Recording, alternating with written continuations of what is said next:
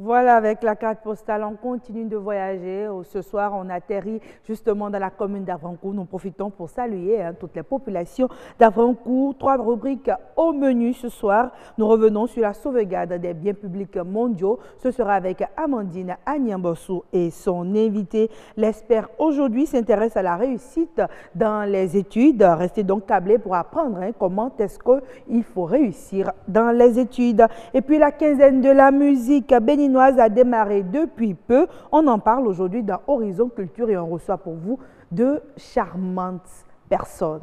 Et oui, vous allez les découvrir tout juste dans Horizon Culture. Le grand rendez-vous, c'est aussi le journal. Et ce soir, ce sera avec Uvaïs Balogou. Uvaïs Balogou, bonsoir. Bonsoir Agnat Bello. Comment vous allez? Ça va à la pleine forme. Alors, qu'avons-nous au menu ce soir? Eh bien, au menu ce soir, nous parlerons de la Journée internationale de la radiologie célébrée hier. C'était une occasion de sensibilisation sur la radiopédiatrie et les initiatives de prise en charge de ce type de patients et la gestion de leur radioprotection. Nous irons ensuite avec Estelle Pazou au marché d'Antokpa pour constater la variation au niveau des prix de quelques produits agricoles de grande consommation tels que le haricot. Et vous ne le savez peut-être pas, la lecture est l'une des premières clés de la réussite. Bien plus qu'un simple divertissement, elle procure du plaisir et permet de forger l'esprit critique. Ainsi donc se résume l'actualité de ce soir. Merci à vous, Uvaïs Balogou. Je ne manquerai pas de demander de votre part, peut-être à notre expert, si la lecture permet aussi de pouvoir réussir dans les études. Le grand rendez-vous se poursuit. Place au premier plateau à présent, Nature et Bien-être.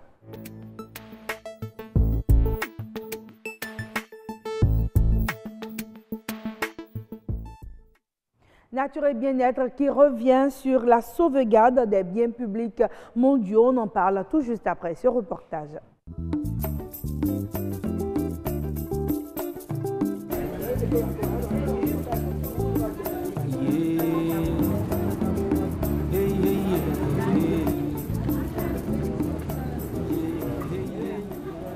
Une journée porte ouverte au profit des ONG qui mènent en œuvre un programme que nous appelons SRJS, Shared Resources Joint Solution. C'est ressources partagées, solutions communes. C'est que nous avons des biens publics qu'on appelle des biens publics mondiaux. C'est des ressources qui appartiennent à tous, mais malheureusement, les gens ne prennent pas conscience que la préservation ou l'utilisation de ces ressources dépend de tout le monde. Et grâce à la coopération néerlandaise, depuis 2 ans, certaines ONG, une dizaine d'ONG, ont commencé par travailler pour l'application des lois qui protègent ces ressources. Et nous avons choisi cette journée porte ouverte, pour faire découvrir au public les actions que mènent ces ONG dans la lutte contre la criminalité de la faune et de la flore, la lutte contre la destruction de notre environnement, c'est-à-dire les crimes environnementaux que nous commettons, que ce soit individuellement ou collectivement. Ces ONG travaillent pour que ceux qui commettent ces crimes-là soient sévèrement sanctionnés, mais surtout pour que nos ressources et nos écosystèmes soient mieux préservés. Les résultats auxquels on attend, c'est surtout la prise de conscience de tous les participants. Vous savez, nous avons mis un accent particulier sur, par exemple, la jeunesse. Comme vous aurez constaté, il y a beaucoup d'élèves qui sont dans le quartier ou dans la zone qui viennent visiter. Si ces jeunes prennent conscience qu'il y a des lois qui préservent leur environnement et que des acteurs travaillent pour que leur environnement soit sain, c'est que quand ils vont devenir des leaders demain, ils pourront être beaucoup plus sensibles. Mais c'est aussi l'occasion pour l'autorité locale de voir ce que les ONG font pour accompagner les gouvernants dans la préservation des ressources. Et nous espérons qu'il y aura cette prise de conscience et que dès aujourd'hui, que les gens comprennent que rien ne se passera comme avant. Si on crée des dommages à l'environnement, on doit être prêt pour supporter les conséquences. Voilà des conséquences qui ne sont pas toujours faciles à supporter, nous dira peut-être Amandine Agnambossou et son invité. Bonsoir Amandine Agnambossou. Bonsoir à vous Ania Tuelo. Comment vous allez? Ça va très bien. Alors ce soir, vous nous avez emmené Messan Ogou, il est le directeur exécutif de ONG Action Plus. Bonsoir. Bonsoir madame. Comment vous allez? Très bien. C'est un plaisir de vous avoir sur ce plateau. Amandine Agnambossou, l'invité est à vous. Oui, Ania Tuelo, on va poursuivre la discussion par rapport au SRJS. On en a longuement parlé la dernière fois et même l'élément témoin édifie bien sûr ce que c'est le concept SRJS. Aujourd'hui, avec M. Ogou, on va parler des acteurs impliqués dans la mise en œuvre de ce programme. M. Ogou, dites-nous déjà quels sont les acteurs impliqués dans la mise en œuvre du programme SRJS. Merci beaucoup. Le programme SRJS mis en œuvre au Bénin prend en compte toutes les parties prenantes. Nous avons au niveau de l'État un certain nombre d'actions orientées vers les décideurs et à ce niveau il y a les directions techniques qui participent dans la mesure du possible à la protection de nos biens publics. Nous allons parler de l'Agence béninoise pour l'environnement, la police républicaine, la direction des eaux et forêts et chasse, et la direction de la protection halieutique, toutes ces structures qui arrivent à contrôler, je dirais, les ressources au niveau de notre territoire ou à faire respecter un certain nombre de dispositions légales. Toutes ces structures-là sont... Nous avons même les tribunaux à partir des juges, les magistrats. Donc tout le monde est impliqué, ce n'est pas seulement les ONG. Les ONG ne sont qu'un vecteur pour que ces acteurs-là participent réellement à la protection de ces ressources. Parce que vous n'êtes pas sans savoir que toutes les lois existaient, mais pendant longtemps, personne n'arrivait à les appliquer. Donc, à un moment donné, il fallait agir autrement. Et donc, ça a été le rôle du programme à travers les ONG impliquées pour que, dans la mesure du possible, ces différents acteurs qui devaient jouer leur partition commencent à mieux s'investir dans le dispositif. Et quelles sont les actions qui ont été déjà menées dans le cadre de ce programme? Ce programme, d'abord, s'investit sur l'état du MONO et de l'OME. Et dans ce cadre-là, c'est tout ce que nous pouvons faire pour régler les questions de gestion de l'eau, de gestion de la biodiversité, le changement climatique. Et à ce niveau, toutes sortes de dégradations, ce programme permet à ce que les politiques commencent à travailler pour réparer un peu ce qu'il y a de mauvais dans les dispositions antérieures, que ce soit au niveau des communautés, pour que toutes les mauvaises pratiques puissent également changer. Et comme exemple concret? Oui, nous allons en venir. Okay. Et je crois que, par exemple, si vous allez au niveau du site Ramsar 10-17, qui va de Abomey-Calavi jusqu'au niveau de Ila Kondi, c'est-à-dire la ressource qui prend en compte la lagune côtière et tous les plans d'eau de l'Est. Toutes ces ressources-là sont actuellement gérés de façon concertée avec les communautés. Et ceci avec l'appui des autorités locales qui participent au développement d'un certain nombre d'actions spécifiques. Nous avons par exemple le nettoyage du plan d'eau. Les Acadias étaient constitués par la destruction de la mangrove. Et aujourd'hui, de façon délibérée ou de façon juste, les populations ont compris qu'il faut en arriver à assainir ce plan d'eau. Et de façon douce... On risque de voir disparaître tous les poissons. Justement. Oui. Et nous restons même là, vous allez voir les engins prohibés de pêche. Et je crois que les types de pêche que nous pratiquons aujourd'hui, la dénonciation vient même de la communauté suite à tout ce qu'il y a comme campagne autour. Puisque les ONG arrivent, les structures étatiques arrivent, les autorités locales arrivent pour parler d'une même voix. Ça fait qu'aujourd'hui, le changement est là. Ce n'est pas encore total, certes, mais c'est quand même des actions fortes qui sont développées pour que ces populations-là... Vous quittez là, vous allez au niveau du site Ramsar 10-18, c'est les mêmes dispositions. 10-18, c'est... 10-18, vous prenez qu'on appelle le fleuve Ouémé et tout ce qui l'entoure comme ressources en eau. Vous allez voir que les engins comme les Dogo, les Méropo Konou, aujourd'hui, c'est les agents assermentés qui descendent au niveau soit des cours d'eau suite à un appel, ou alors vont au niveau des marchés pour aller ramasser tout ce qui est frétin vendu sur le marché. Et ça, c'est pour donner un signal fort à tous. C'est pour les retourner à la lagune? Pas nécessairement, puisque bon, ça va se dégrader. C'est déjà sorti, donc ça ne va pas nécessairement. Mais c'est pour décourager ces populations qui s'adonnent à ces pratiques, puisque si le pêcheur n'arrive pas à trouver de preneurs pour ce type de poisson, le poisson sera obligé de laisser et faire en sorte que ces produits restent dans la lagune, se développent pour nous permettre d'avoir de bons poissons. Et vous savez aussi que en termes de contamination du plan d'eau, il y a des efforts qui sont faits. Et les ONG mobilisées, c'est-à-dire font l'alerte, font en sorte que l'État commence à comprendre que l'utilisation des pesticides ne sera plus, c'est-à-dire en termes de pratique, même si on doit continuer, on doit faire en sorte que les populations comprennent comment l'utiliser pour que ça n'endommage pas l'environnement.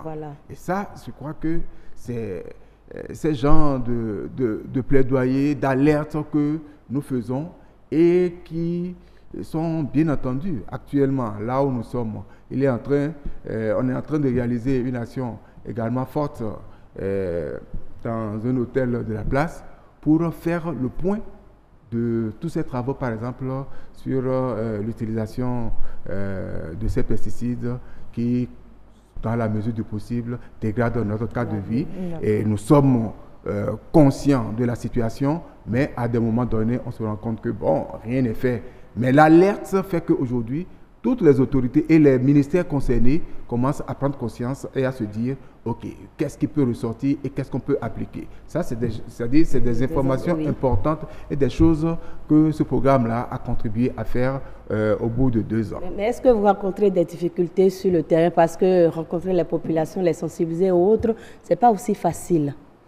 Certes, ce n'est pas facile. Le changement de comportement, comme on le dit, c'est un processus. On était habitué à un certain nombre de choses et on est toujours en train d'attendre, je dirais, le protégé qui doit dire non, vous pouvez continuer. Mais aujourd'hui, avec les dispositions ou les normes qui sont établies sur place, je crois qu'en matière d'environnement, tout le monde commence à rentrer dans la dynamique de respecter les tests. D'accord. Est-ce qu'on pourra parler alors de sauvegarde et de gestion participative de ces biens publics mondiaux? C'est là où nous allons. Et c'est quand chaque acteur va finir par comprendre quel est son rôle que les dispositions pratiques pour que chacun puisse jouer aisément sa partition contribuera à la protection de toutes ces ressources dont nous avons sur place. Qu'en est-il des poches de résistance alors?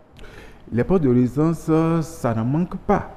Et je ne veux pas citer, mais je vous dis par exemple, qu'à des moments donnés, des autorités de ce pays tentent d'aller contre des actes posés, mais très tôt, dès l'alerte, elles sont obligées de rentrer dans les rangs parce que le mécanisme aujourd'hui mis en place ne permet plus à quelqu'un de dire moi je suis autorité, je peux me permettre tout ce que je veux. Et quand les voix autorisées commencent à dire on ne doit plus faire ça, ou alors ce que vous êtes en train de faire c'est contraire à la loi, on se plie.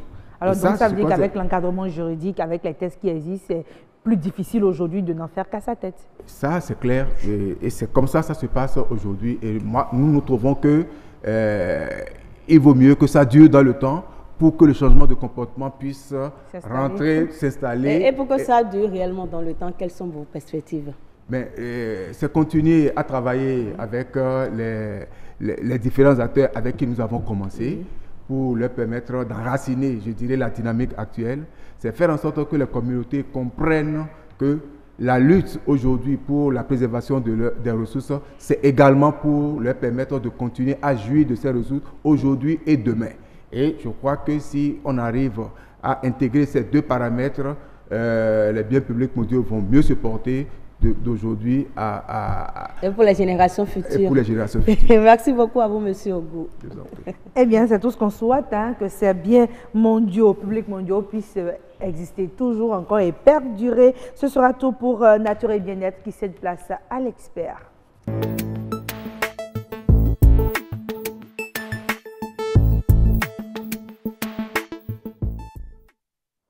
Voilà, vous l'avez compris, l'expert est déjà à nos côtés. Patof Gaongba, il est psychopédagogue. Bonsoir. Bonsoir, Madame Bello. Alors, avec vous, on s'intéresse aux conditions à remplir pour la réussite dans les études. Ma première question, c'est déjà de savoir si véritablement tout le monde peut réussir dans les études. Absolument, tout le monde peut réussir dans les études. Il suffit d'offrir les conditions optimales à chaque apprenant et de le suivre de façon personnalisée. Il pourra donner le meilleur de lui-même. Et pourtant, les résultats aux différents examens nous révèlent le contraire.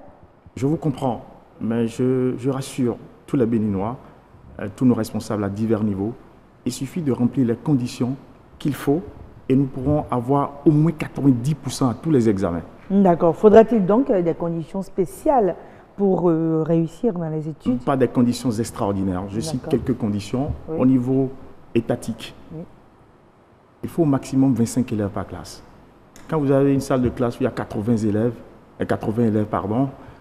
c'est pas évident que l'enseignant d'un point de vue pratique, hein, on a les effectifs pléthoriques dans nos différentes écoles. Vous êtes sûr que d'un point de vue pratique, on peut en arriver in fine à 25 élèves par classe? C'est la condition du succès en fait. Quand on veut avoir des résultats satisfaisants aux examens, il faut en arriver là. 25 élèves par classe au maximum. Et là, l'enseignant a un œil sur tous les apprenants. Il a une relation personnalisée avec chaque apprenant. Connaît leur niveau, leur taille, leur faiblesse. Exactement. Voilà. Et il pourra compenser tout ça au fur et à mesure. Et parlant de conditions au niveau étatique aussi, il est important que l'État puisse offrir les conditions satisfaisantes aux enseignants. Que l'enseignant ne manque pas du minimum. Ça, c'est une condition importante. Donc, l'enseignant qui a le nécessaire, il vient en classe, il donne le meilleur de lui-même. Alors, au niveau des parents, il faudra que les parents puissent offrir aux enfants ce qui est nécessaire. Les ouvrages, par exemple. Les parents ne sont pas obligés de payer les enseignants de maison aux enfants. Pas du tout. Si les conditions sont bien remplies, on n'a pas besoin de répétiteurs à la maison. D'accord. Maintenant, pour vous, les conditions, ce qui concerne les parents, c'est quoi? C'est déjà payer les ouvrages, mais tout le monde n'a pas les moyens de pouvoir payer tous les ouvrages au programme. Au fait, j'aimerais, après que vous ayez cité, justement, qu'on en revienne sur comment contourner. Parce que vous le savez, la réalité sur le terrain n'est pas toujours celle qui est idéale et pourtant, on veut que les enfants puissent réussir. Madame, vous avez sorti le mot contourner. Quand on contourne, on n'a pas les résultats. Quand on veut avoir les résultats, c'est scientifique ce que je dis. Il faut s'en tenir à ce qui est. C'est-à-dire, la science, c'est quoi? Elle est exacte. Elle est exacte. Quand vous voulez un résultat, il faut les moyens nécessaires, c'est tout. Et donc, dans les mêmes conditions, les conditions optimales, on a toujours les mêmes résultats. On dit souvent, les mêmes causes produisent les mêmes effets. Si on veut avoir 90% à tous les examens, il faut au minimum 25 élèves par classe. Il faut que l'enseignant... De bonnes conditions pour l'enseignant. Voilà. Et puis, l'autre chose que je voudrais proposer à nos autorités, c'est de revoir les horaires scolaires, qu'on puisse arrimer cela aux horaires des parents. Et donc, si par exemple, on va de l'école de 7h à 14h, les parents aussi vont au boulot de 7h à 14h, tout le monde rentre au même moment et les parents ont la possibilité et le temps de voir si l'enfant a étudié, s'il a bien suivi le cours, quelles sont ses difficultés. Et donc, la place du répétiteur n'est plus là. Voyez-vous? Mais pour vous, hein, le répétiteur, il n'est pas nécessaire du tout ou bien on peut s'en passer? Il n'est pas nécessaire. En revanche, lorsque l'apprenant a des soucis spécifiques, on peut solliciter un enseignant, si c'est en mathématiques. De façon ponctuelle. Merci, c'est ça le mot. De façon ponctuelle, il accompagne l'élève 1, 2, 3 séances et puis il s'éclipse. Parce que l'apprenant sera seul face à ses épreuves. Et donc, il faut lui laisser la possibilité de pouvoir intégrer l'enseignement qu'il a reçu. Et donc, quand le répétiteur vient, on a de répétiteurs dans toutes les matières. Ça n'aide pas du tout l'enfant. Ça, c'est une aberration, tout simplement. Alors, ça veut dire que vous déplorez encore beaucoup plus hein, quand l'enseignant qui est répétiteur est l'enseignant de l'école. Ça, c'est le comble. Vous voyez, nos frères et sœurs qui sont au Prytanée militaire, par exemple, ils n'ont pas de répétiteur. Pourtant, cette école donne les meilleurs résultats aux différents examens. Ils n'ont pas besoin de répétiteurs. Est-ce parce qu'ils remplissent les 25 élèves par classe? Pas tout à fait. Pas tout à fait, mais les conditions sont meilleures par rapport à ce que... Vous voulez parler de la rigidité du programme, de l'encadrement des apprenants? Pas tout à fait la rigidité, mais il y a une certaine souplesse. Il y a certaines conditions qui sont remplies et qui font que quand les conditions sont remplies, les résultats vont sortir. Mais justement, les conditions ne sont pas les mêmes. Hein. Je ne suis pas sûre que le Prytanée tienne compte de tout ce que vous avez eu à dire là. Et pourtant, vous le dites. Est-ce que parfois aussi, la part de l'apprenant, est-ce que tous les apprenants n'ont pas le même coefficient intellectuel? On n'a pas le même niveau, on n'a pas les mêmes capacités. Donc peut-être que ce n'est pas si fiable, ces conditions. Je suis d'accord avec vous sur certains points. Oui. C'est vrai. Quels sont ces points sur lesquels vous êtes d'accord? Alors, tout le monde n'a pas le même coefficient intellectuel. Si. Voyez-vous, je suis d'accord avec vous sur ce point. Vous savez, tout le monde a une part de responsabilité. J'ai parlé des autorités, d'accord? J'ai parlé des parents et je vais parler des apprenants. Alors, il est important que les parents et les enseignants puissent accompagner l'apprenant à avoir un emploi du temps personnalisé. C'est-à-dire qu'à l'école, on lui donne l'emploi du temps scolaire, mais dès qu'il rentre chez lui, on doit l'aider à établir son emploi du temps personnalisé. Dans cet emploi du temps, il intègre les loisirs, les moments de détente, les travaux domestiques, etc. Pour vous, les travaux domestiques sont aussi une condition à remplir pour réussir dans les études? Bien sûr, madame. Mais il y a beaucoup de parents qui disent que quand la rentrée commence, mon enfant, il ne fait plus rien à la maison. Madame, il faut qu'il soit concentré. Excusez-moi du peu, c'est une aberration. Moi, j'ai fait les travaux domestiques et pour la petite histoire, Dieu m'a donné la grâce de faire un parcours scolaire rectiligne. D'accord. Voyez-vous? C'est peut-être juste une grâce ou un coup du sort? En fait, ce n'est pas tout à fait un coup du sort. J'ai étudié mon parcours, j'ai étudié le parcours de beaucoup de camarades qui ont réussi sans souci et j'ai constaté qu'il y a des points de convergence. Et c'est justement pourquoi je parle de scientifique. D'accord. Voilà. Alors, quand on parle de points de convergence, hein, la plupart des propositions que vous avez eu à faire sur ce plateau ne sont pas des propositions qu'on peut mettre déjà en place dès demain. En attendant, nous avons des étudiants, des élèves qui nous suivent et qui veulent savoir, est-ce qu'en attendant avec ce qu'ils ont à leur disposition, est-ce qu'ils peuvent s'en sortir? C'est possible. Déjà, en ce qui concerne l'emploi de temps personnalisé, ça ne demande pas de ressources. C'est sûr. Voilà, ça c'est une première chose. Et l'autre chose aussi, il faut faire très attention au sommeil. Le sommeil est important dans le succès scolaire. Mais pas trop non plus, non? C'est très important. Vous savez, à l'université, j'ai étudié la psychologie et les sciences de l'éducation. J'ai un document de 200 pages sur le sommeil. Ah, d'accord. Bien sûr, le sommeil est très important. En fait, il faut tout faire pour dormir avant 0 heure. Et ce qui est optimal, c'est autour de 22 heures. Il faut dormir autour de 22 heures. Il y a beaucoup de personnes, c'est la nuit, ils étudient, c'est la nuit, ils arrivent à bûcher, comme on le dit. Je comprends, mais la science a prouvé que lorsque vous dormez avant 0 heure, le sommeil avant 0 heure compte pour double. Ah, d'accord. Vous voyez, beaucoup ne le savent pas, mais c'est très important de dormir avant 0 heure. Et attention, ne regardez pas la télé quelques instants après et puis vous passez au lit, c'est dangereux. Quand l'année scolaire commence, la télé, il faut ranger ça. On peut suivre le journal à la télé. On peut suivre une émission de façon exceptionnelle, mais la télé, on aura toute sa vie pour regarder la télé. Voyez-vous? Et donc, faites attention aussi avec les téléphones portables, les ordinateurs, tout ce qui est écran. Ne pas regarder les écrans 30 minutes ou bien 1 heure avant d'aller se coucher. Et donc, se réveiller aussi très tôt. Quand vous vous couchez à 22 heures, vous vous réveillez un peu tôt. Là, un peu tôt, c'est quelle heure pour vous? Je ne voudrais pas donner des précisions. Approximativement. Oui, vous savez, quand on donne des précisions sur la télé, les gens vont s'arrimer là-dessus, c'est pas intéressant. D'accord. J'ai proposé... Donc, mettons alors une parenthèse, est-ce que 5 heures pour vous, c'est déjà assez tôt? Alors, je vais plutôt proposer qu'il faut dormir en moyenne par nuit 6 à 8 heures. Oui. C'est ce qui est recommandé. Voilà, en moyenne par nuit. Mais dormir tôt avant 0 heure. D'accord. Voilà, et donc chacun pourra faire le calcul chez lui. Et se retrouver. Exactement. D'accord. Mais non, pour vous, donc le sommeil est réparateur. À part le sommeil, qu'est-ce qu'il faut? Le sommeil et le calendrier personnalisé. Tout à fait. Vous savez, il y a quelque chose qui me surprend dans les écoles. Les apprenants, la plupart n'ont pas une montre. Alors que tout est chronométré à l'école. Le cours est chronométré. Il y a des cours de 2 heures, des cours de 3 heures. Et donc, quand tu as une montre, tu sais que le cours va commencer bientôt. Quand tu as un devoir, soit c'est un devoir de 30 minutes, d'1 heure, de 3 heures ou bien de 5 heures. Mais quand tu n'as pas une montre, comment tu peux calibrer? Vous voulez parler de la gestion du temps? Exactement, la gestion du temps, c'est un paramètre indispensable pour le succès. Indispensable pour le succès. Et donc, il est important qu'on puisse donner ce secret de la gestion du temps aux apprenants.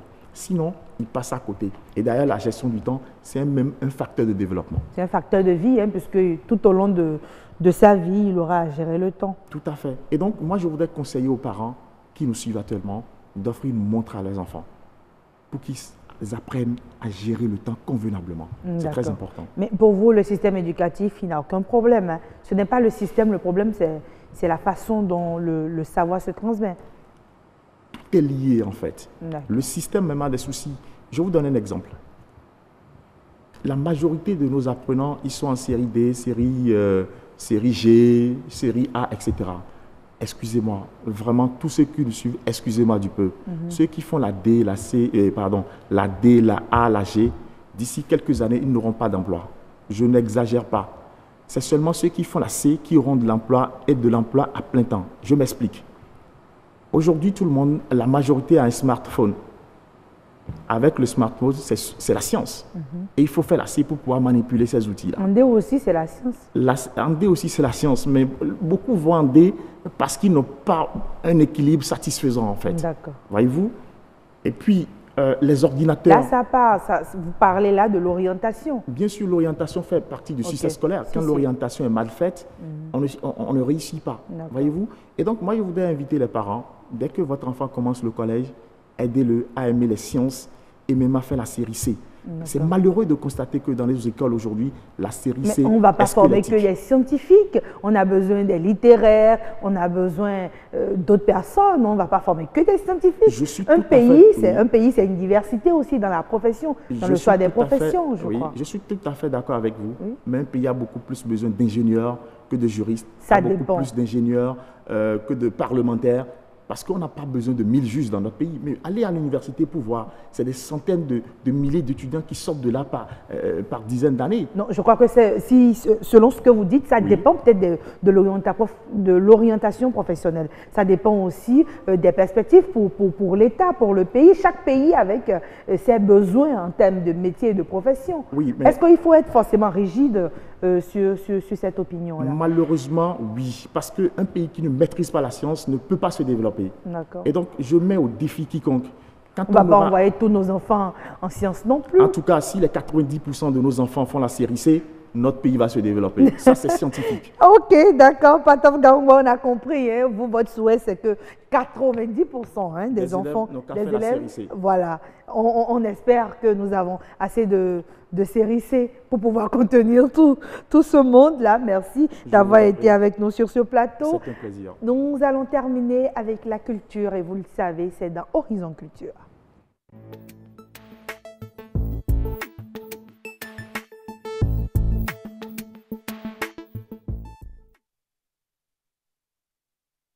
Installez nos invités, nous vous invitons justement à écouter ce son.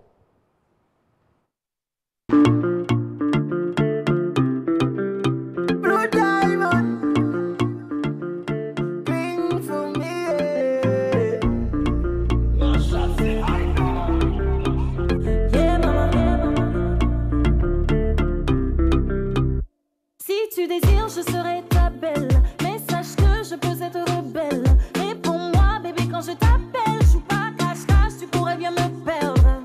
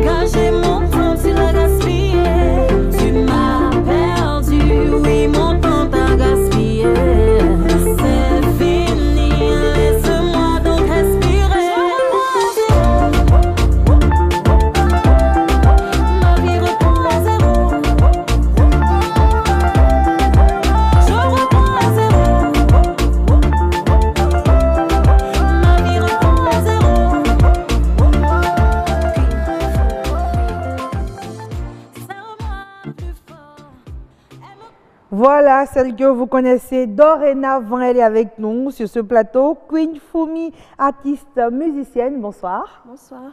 Comment vous allez? Très bien, merci. Et vous? Alors, à vos côtés sur ce plateau, Ismaël Saïzonou, bonsoir. Bonsoir, madame. Vous êtes le président du comité d'organisation de la quinzaine de la musique béninoise. Bien sûr. Alors, avant tout, j'aimerais savoir pourquoi une quinzaine de la musique béninoise? Merci pour cette question. Je salue ma consoeur, ma jeune consoeur. Bonsoir. En fait, la quinzaine, c'est un créneau pour la promotion de la musique béninoise. Le patrimoine culturel béninois mérite d'être promu. Alors donc, nous nous sommes dit qu'il faut contribuer à quelque chose. Puisqu'il y a une décennie environ, quand on sort du Bénin, quand on va à l'extérieur, on a constaté que notre musique n'existe pas. Donc pour l'écouter, il faut aller dans nos communautés béninoises, à l'étranger. Donc on s'est dit que, alors que quand on rentre au pays, il y a les musiques qui viennent d'ailleurs, qui viennent envahir nos médias ici au Bénin. D'accord. On s'est dit donc il faut contribuer à quelque chose. Et c'est cela qui nous a poussé à initier dès la première édition de la quinzaine. Dieu aidant, les médias béninois aujourd'hui, que nous remercions à travers le micro de BB24, contribuent beaucoup par rapport aux playlists Bénin. Le constat est vraiment honorable aujourd'hui. Donc c'est le but de la quinzaine qui nous a poussé à initier la quinzaine nationale de la musique béninoise. Alors, vous voulez de parler d'un point que je trouve quand même très essentiel. Ce qui est intéressant avec Queen Fumi, c'est qu'elle a fait l'extérieur d'abord et elle est revenue s'installer ici pour un temps pour faire la promotion de sa musique, faire découvrir à la jeune génération justement ce qu'elle a apporté à la musique. Déjà, dites-moi, est-ce que vous, en tant que compatriote de l'extérieur, pendant un bon bout de temps, vous aviez l'impression que la musique béninoise n'est pas assez écoutée? Oui, effectivement. C'est que tant que je ne rentrais pas au Bénin ou tant que je n'allais pas vraiment rechercher moi-même de la musique béninoise sur YouTube, sur les réseaux, c'est pas vraiment une musique que je pouvais forcément entendre si j'allais par exemple voilà, à la radio. Puis il faut savoir aussi, ça dépend du pays dans lequel on est, à l'extérieur également. D'accord, mais pour la plupart du temps, les pays de l'Europe, comme on le dit, la musique béninoise, et pourtant on a des artistes qui ont quand même su tirer leur épingle du jeu, n'est-ce pas, Ismaël? Bien sûr. Bien sûr. Oui. Et il y en a, bon, ça fait les gens. Hein. Il y a des noms qu'on peut pas s'empêcher de citer. Quand on parle d'Angélique Kidjo aujourd'hui, c'est une fierté internationale. Absolument, il y a Wal Junior, il y a Wally Badaou, il y a le grand frère qui fait le reggae, Yaya Yaovi. Il est très connu à l'extérieur, mais il y en a, il y en a. Bon, aujourd'hui, dans la jeune génération, il y en a aussi, il y a Zénab, il y a les autres aussi qui l'accompagnent. D'accord, je suis contente qu'on ait quand même deux artistes de différentes générations sur ce plateau. Dites-moi un peu, quel est le secret justement pour pouvoir exporter sa musique à l'extérieur? Je commence par vous. Très bien. D'abord, vous les médias d'abord. Parce qu'aujourd'hui, le média est planétaire, hein, quel que soit ce qu'on dira. Mais aussi, il y a une politique de proximité, c'est-à-dire une politique républicaine, si je peux m'exprimer de la sorte. Vous voyez, nos concitoyens qui vivent à l'extérieur peuvent nous aider en exportant nos musiques à travers leur milieu de vie à l'extérieur. Ce que nous avons remarqué à travers les autres, dans les autres pays, c'est que ce sont les compatriotes qui jouent ce rôle-là, qui font le relais, qui amènent les autres à écouter la musique de chez eux. Alors que chez nos Bénin, bon, on a remarqué que vraiment on fait la promotion des autres. Queen Fumi, vous êtes d'accord avec ça? Le Bénin fait beaucoup plus la promotion de l'autre. Oui, mais je pense que maintenant, la nouvelle génération, ça commence à changer parce que... Oui, effectivement. Parce vous avez l'impression d'être accompagné, d'être soutenu par vos fans? Exactement. Sur les réseaux sociaux et tout ça, ils partagent et quand ils partagent, ça fait que les gens d'autres personnes qui sont amis avec eux, qui sont originaires d'autres pays, peuvent voir. Voilà. Puis dans les fêtes aussi, si par exemple quelqu'un qui est à Paris, un Béninois qui est dans une fête, il peut lui mettre une chanson béninoise et puis il est entouré des amis ivoiriens, camerounais Puis ça peut également aider à la promotion de la musique béninoise. Alors, autour de la quinzaine de la musique béninoise, vous avez aussi choisi de vous intéresser aux droits d'auteur. Les droits d'auteur sont sur le tapis. Est-ce que c'est un véritable problème aujourd'hui dans le secteur de la musique? Si, c'est un véritable problème. Vous savez, l'artiste a un temps pour produire et un temps pour jouir de ses œuvres. Donc, au temps de vache grasse, l'artiste, il gagne de l'argent, il vit aisément, mais nous avons eu comme expérience que nous n'avons pas su prévoir l'avenir. Donc, c'est ce que nous ne voulons pas que la jeune génération subisse. Donc, c'est pour cela que, bon, nous, on l'a vécu, mais on ne voulons pas du tout que cela leur arrive. L'artiste a droit sur toutes ses œuvres.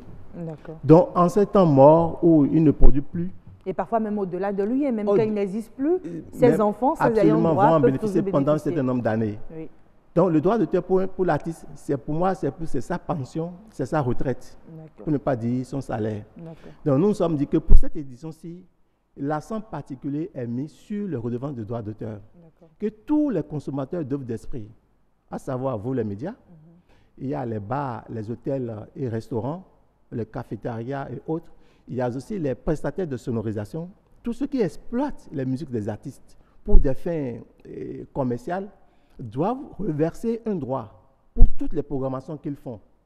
Donc, c'est là qui est... Est-ce que jusque-là, ça ne se fait pas? Et pourtant, le droit d'auteur, ça existe depuis. Non, ça se fait. Il y a des artistes qui disent souvent qu'ils sont lésés, qui voient que dans les bars, c'est leur musique quand même qui marche, et pourtant, à la fin de l'année, ce n'est pas à la hauteur de ce qu'ils espéraient. Ah oui, mais si ces promoteurs d'établissements, d'hôtels ou de bars ne déclarent pas avoir joué les œuvres des artistes, ils ne pourront pas toucher leurs redevances.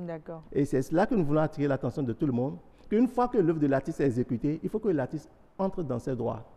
Et que sur tout le territoire national de Bénin, si tout le monde vraiment accompagne l'initiative et contribue en payant ses redevances de droits d'auteur, les artistes vraiment, puisque c'est 2 fois par an que nous allons là-bas pour les répartitions, à chaque fois que les artistes iront, c'est qu'ils quitteront à cœur joie. Ok, heureux. Alors, Kunfomi, est-ce que pour vous, les droits d'auteur, c'est important? C'est vrai, vous êtes de la jeune génération, mais dites-nous, est-ce que pour vous, c'est véritablement important, les droits d'auteur? C'est vraiment important. Déjà, même mon manager, il s'est arrangé que j'ai déjà ma carte du Bubedra qui est en train d'être faite. Donc, je pense que ce soit de la nouvelle ou de l'ancienne génération, les droits d'auteur, ça traverse le temps et l'espace. Donc, c'est quelque chose de quand même important. Parce que c'est ton esprit, c'est une œuvre intellectuelle comme tout autre en fait. Et la musique, c'est un travail comme tout autre. Donc, je pense que franchement, c'est très important de les avoir. Alors, si la répartition dépend de ce que les autres en disent, c'est-à-dire ceux qui l'utilisent véritablement, est-ce que vous ne craignez pas un peu de mauvaise foi, peut-être de la part de ceux qui utilisent cette musique-là sans véritablement la déclarer? Non, nous ne voulons pas faire de procès d'intention à qui que ce soit. Simplement, nous, notre rôle, puisqu'il y a une structure d'État qui est chargée de jouer ce rôle, qui est le Bureau béninois de droit d'auteur, ce rôle-là lui est attribué. Mais nous autres artistes, vu le constat sur le terrain que les artistes, ils vont là-bas sans avoir le COPEC, c'est une réalité. C'est-à-dire, on a une mine d'or sur laquelle on se couche, mais on est pauvre. Mais est-ce que vous avez des propositions de solutions justement à l'endroit de ces structures-là, c'est-à-dire le Bubedra, pour que justement elles puissent véritablement vous aider à obtenir ces droits d'auteur-là? Non, c'est ce que nous faisons. Il ne suffit pas de dénoncer, il faut aussi apporter des solutions. On ne dénonce pas, mais on les exhorte quand même. C'est-à-dire de façon libérale à nous accompagner en contribuant parce que c'est le droit de l'artiste de rentrer dans ses droits. Donc, c'est ce que nous demandons aux promoteurs, à tous les consommateurs d'œuvres d'esprit. Et puis, il n'y a pas que la musique, il y a aussi le cinéma, le théâtre. Donc, c'est à tout ce monde-là que nous demandons de contribuer pour que les artistes, quand même, ne regrettent pas d'avoir choisi ce chemin. D'accord. Alors, quand on parle de droit d'auteur, je ne sais pas si cet aspect est très connu ici, et pourtant, aujourd'hui, beaucoup d'artistes ne vivent que de ça, c'est-à-dire les téléchargements en ligne, le partage sur différents sites, je sais pas, des auteurs ou autres qui utilisent la musique pour pouvoir illustrer leurs films, leurs clips et autres. Est-ce que ce n'est pas une perte peut-être de fonds pour vous, puisque la jeune génération est beaucoup plus dans ce domaine-là? Ouais, ben, surtout au Bénin, en Afrique, au Bénin, c'est sûr que c'est difficile. Quand, par exemple, on sort un morceau, on le met disponible sur toutes les plateformes légales pour que les gens, les fans puissent acheter la musique. Mais également, parfois, on est obligé de mettre gratuitement sur les sites de téléchargement gratuits parce que la génération, c'est comme s'ils ne sont pas habitués à acheter de la musique. Donc, parfois, on est obligé de faire les deux parce qu'on ne sait pas, on a l'impression qu'ils ne vont pas prendre le pas pour vraiment aller en ligne et acheter la musique. Donc, c'est quand même quelque chose qui est un peu difficile à gérer, mais on espère, avec le temps, ils vont s'habituer à le faire. D'accord. Alors pour vous, est-ce que ces sites de téléchargement, ça pourrait contribuer aussi à améliorer les conditions des artistes et à travers les droits d'auteur? Oui, absolument. Il y a des artistes, comme elle vient de le dire, qui bénéficient, qui sont en plein là-dedans. Bon, nous sommes de l'autre génération. Bon, on a des artistes de cette génération aussi qui, jusqu'à présent, on les a mis en ligne, on télécharge. Parfois même, c'est des tierces. Parfois, ce n'est pas l'artiste même. Oui. C'est peut-être des gens qui aiment l'artiste, qui mettent et tout. Mais comment est-ce que l'artiste en bénéficie? N'est pas impliqué et qui ne connaît pas les rouages. Comment est-ce qu'il peut rentrer dans ses droits? C'est toute une problématique. La question est épineuse. Oui, on comprend donc pourquoi vous avez choisi cela. Ah oui, vraiment, il faut faire ce qu'on connaît. Donc, nous référons simplement de façon terre à terre à la structure de chez nous qui s'occupe de ces questions et nous voudrons accompagner d'abord cette structure-là. Mais maintenant, si cette structure-là juge bon de nous appuyer, c'est à elle de mettre à notre disposition ces dispositions, c'est-à-dire ces chemins, ces connaissances, pour que nous allions vers ces connaissances. Vous comprenez? Parce que ça mérite aussi, c'est-à-dire une information, une éducation, une formation dans le sens. Des artistes aussi. Oui, aujourd'hui, parce que le monde est devenu, c'est-à-dire un petit village. Donc, si aujourd'hui, comme elle le dit, elles ont la possibilité de mettre en ligne leur production, mais ça a ses risques aussi. N'est-ce pas?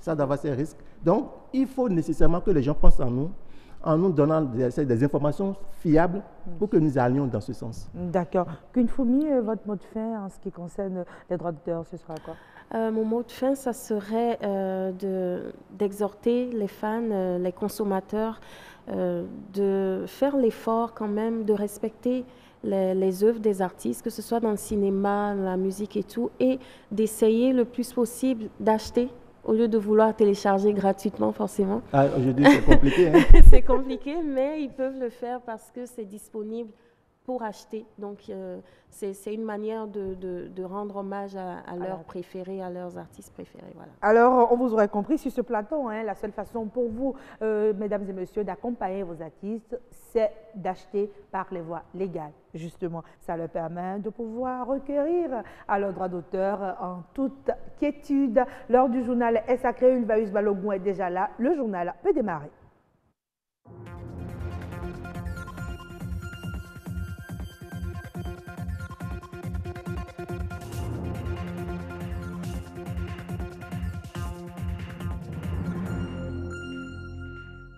Madame, Monsieur, bonsoir. Voici les titres de cette édition. Hier, 8 novembre, c'était la journée internationale de la radiologie. La radiopédiatrie était mise en avant avec des initiatives de sensibilisation sur la prise en charge de ce type de patients et la gestion de leur radioprotection. Au marché d'Antokba, le prix de quelques produits agricoles de grande consommation tels que le haricot a grimpé en l'espace de quelques semaines. Constat dans cette édition. C'est l'une des premières clés de la réussite. La lecture, bien plus qu'un simple divertissement, procure du plaisir et permet de forger l'esprit critique.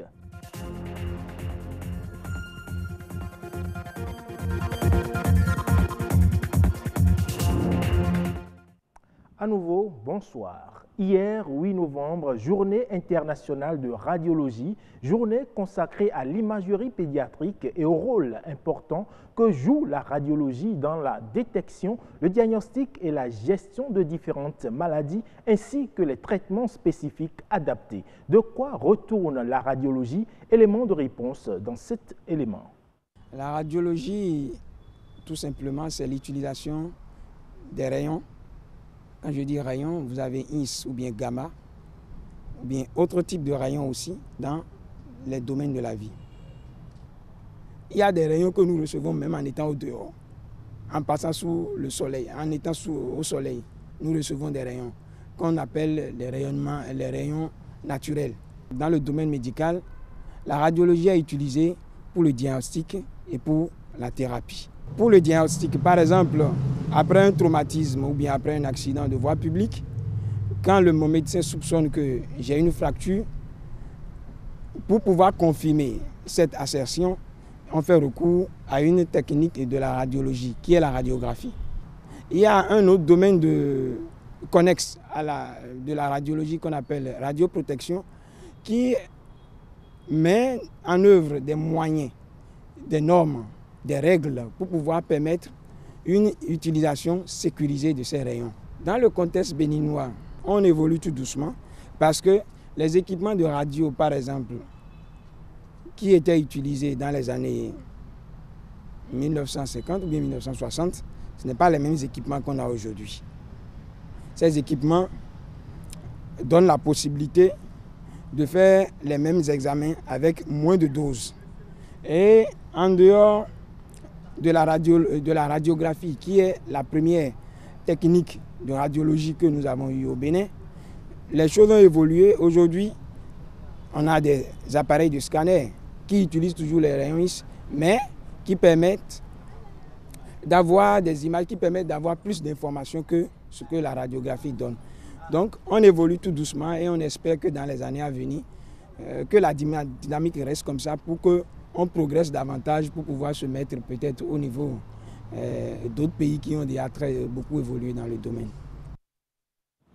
Le niébé est une variété du haricot très courante au Bénin. Sans autre forme de différenciation, les Béninois l'appellent simplement haricot.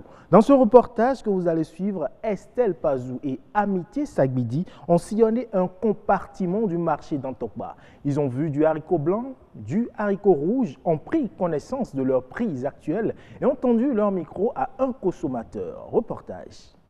Nous sommes ici à Kodi, un des compartiments du grand marché d'Antokba de Cotonou. On y trouve de tout et surtout des céréales. Et si vous aimez le haricot, vous savez certainement que c'est la bonne adresse. Ou sinon, nous allons découvrir ensemble. D'un étalage à un autre, plusieurs variétés du niébé, communément appelé haricot, sont proposées aux Béninois. Nous proposons du niébé rouge ou du blanc que nous appelons tawa ou tola. Armande a diverses sources d'approvisionnement. Mais le constat cette année, les prix ont connu une hausse considérable avant de revenir à une norme relative. La variété dite blanche était vendue à 500 francs le kilo. Elle est passée à 700 et même à 800 francs. Celle dite rouge est passée à 500 francs le kilo. Chaque client, selon l'usage qu'il veut en faire, a sa préférence. Il y a les gens du Nigeria qui préfèrent l'haricot qui vient du Nigeria, on appelle ça Ibo. La préférence des Béninois, bon, ça dépend. Il y a d'autres qui viennent, qui disent qu'ils sont rapides. Quand ils disent ça, c'est pour le Nigeria, parce que ça cuit vite. Et il y a d'autres qui disent que non, que c'est pour faire atassi. Donc ils prennent pour le mets.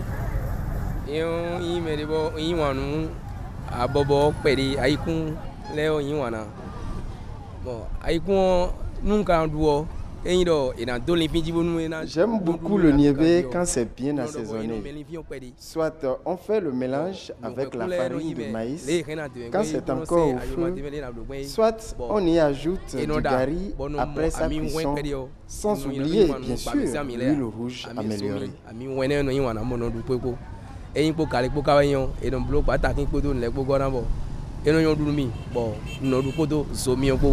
Plusieurs façons de consommer la céréale qui jouent par ailleurs un rôle important dans l'alimentation de l'homme.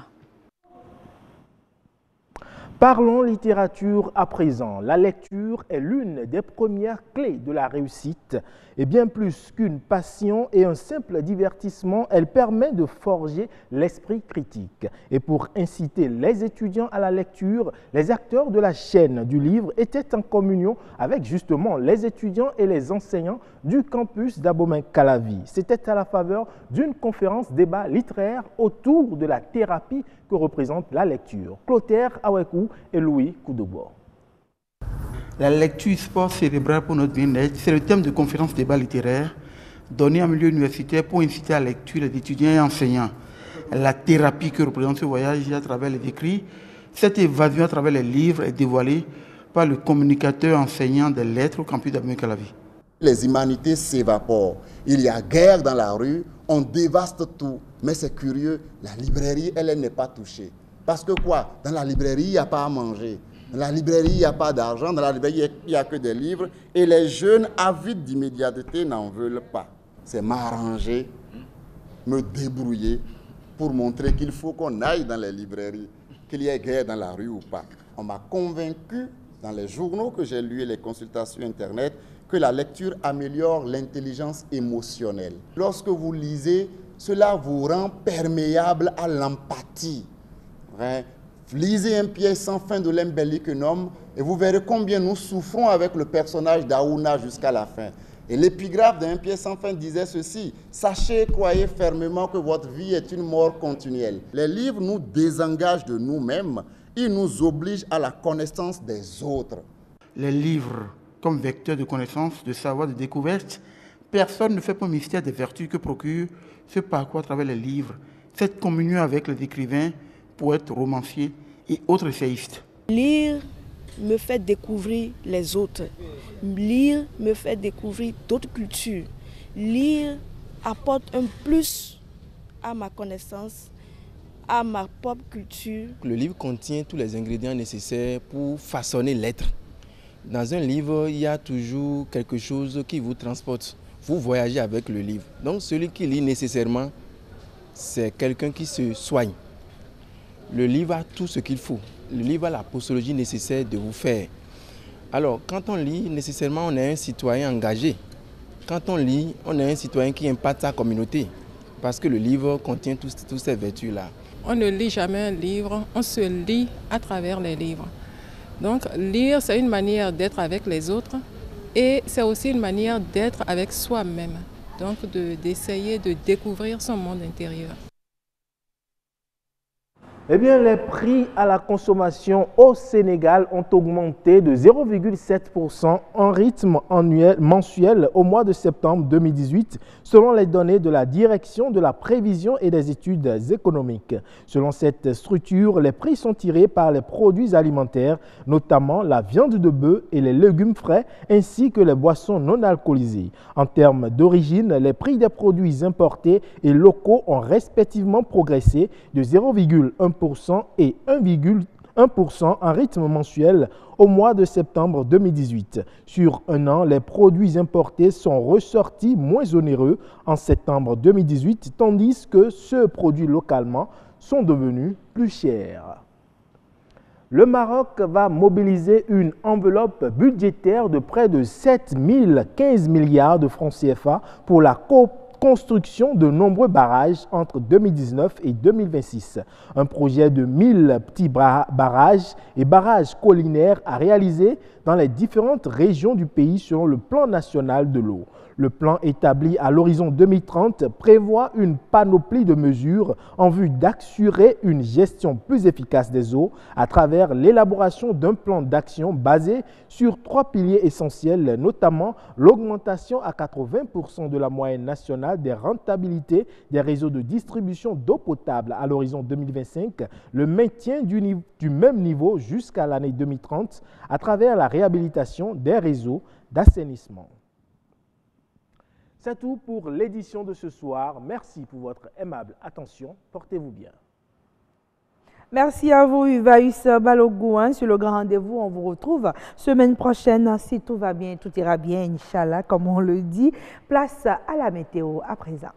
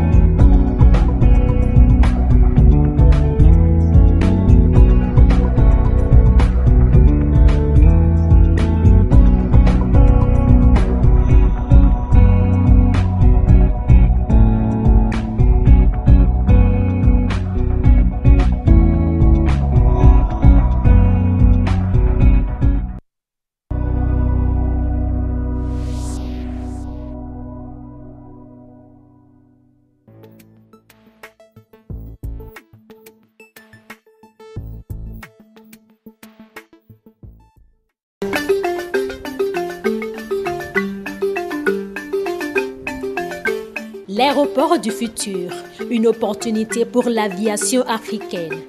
Pour un développement rapide, les aéroports doivent donc se préparer à une croissance à moyen et à long terme. Il s'agira pour eux d'adopter une stratégie qui réponde à l'évolution de leurs besoins en capacité et en infrastructures requises. Les aéroports africains constituent la clé de la croissance socio-économique. L'Afrique affiche toujours une reprise rigoureuse qui alimente une solide tendance à la hausse dans le secteur du tourisme depuis le milieu de l'année 2015.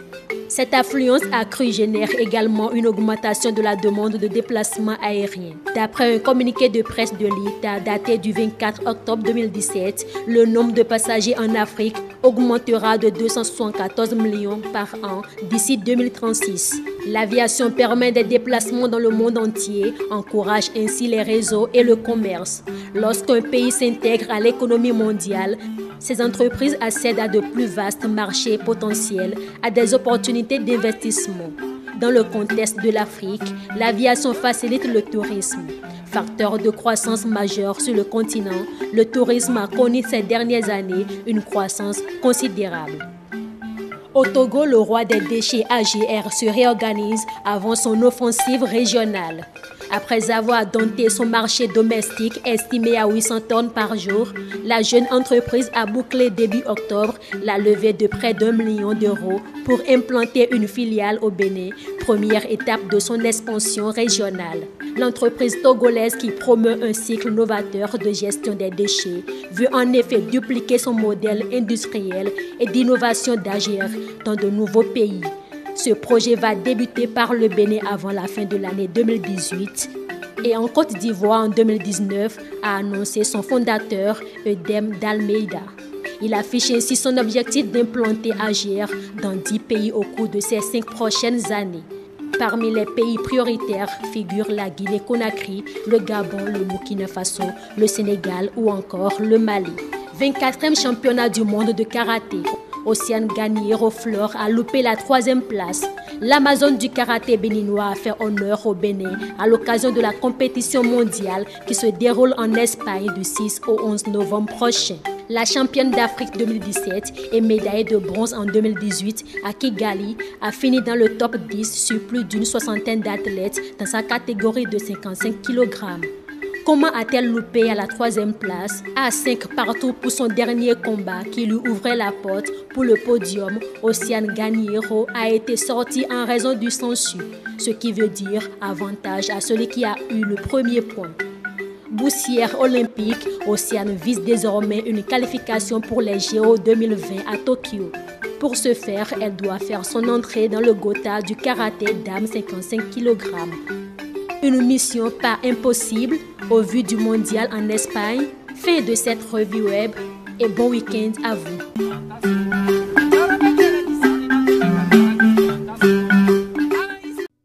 Voilà, le grand rendez-vous de ce soir s'achemine ainsi. Eh bien, la citation que nous voulons partager avec vous ce soir nous parle de la musique. La musique chasse la haine chez ceux qui sont sans amour. Elle donne la paix à ceux qui sont sans repos et elle console ceux qui pleurent. La musique chasse la haine chez ceux qui sont sans amour. Elle donne la paix à ceux qui sont sans repos et elle console ceux qui pleurent. C'est une citation de Pablo Casals et avec la complicité du réalisateur, nous terminons en musique.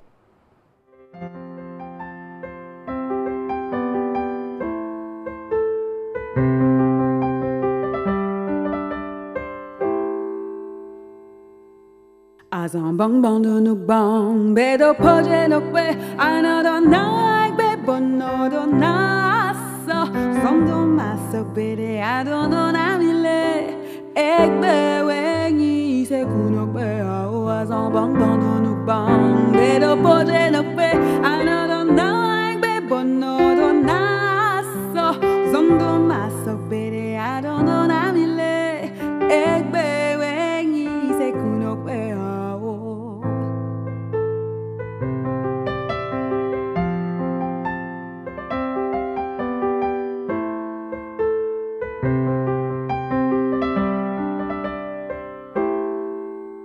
un jackpot di boro nae de anono ramik boy na ya